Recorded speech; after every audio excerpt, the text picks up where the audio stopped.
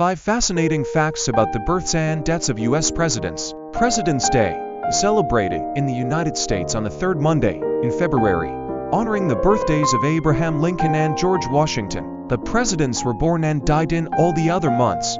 2. Here are some strange facts and coincidences in the lives and deaths of the U.S. Commander-in-Chief, Thomas Jefferson and John Adams. Perhaps the most coincidental events in U.S. history are the deaths of Thomas Jefferson and John Adams. They died on the same day, in the same year, and on the 50th anniversary of the Declaration of Independence, July 4, 1826. It has been stated that John Adams's last words were "Jefferson still survives." The truth of this is in question, but if true, Adams was mistaken. While Adams's heart was failing in Massachusetts, Jefferson had passed away some 5 hours earlier from a variety of maladies.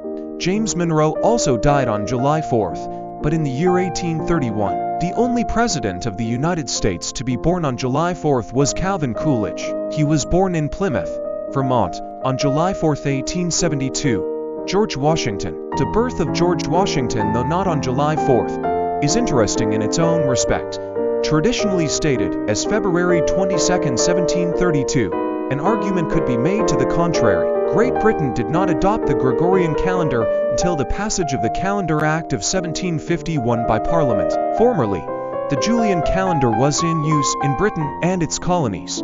The change added 11 days to the date. This act also changed the date of the new year from March 25th to January 1st. Hence, if there had been a calendar on the wall at Washington's birth, it might have read February 11th. Millard Fillmore and William Howard Taft. Millard Fillmore and William Howard Taft both died on March 8. Fillmore died in Buffalo, New York, in 1874 at age 74 as a result of a stroke. Taft died in Washington, D.C. in 1930 at age 72 of heart disease. At 340 pounds, it is somewhat remarkable that Taft exceeded the life expectancy of his time. He once wrote a friend, "Took a long horseback ride today, feel fine." The friend replied, "How's the horse?" James K. Polk and Warren G. Harding. James K. Polk and Warren G. Harding were both born on November 2nd, 7 decades apart. Polk was born in North Carolina in 1795. Harding was born in Ohio in 1865.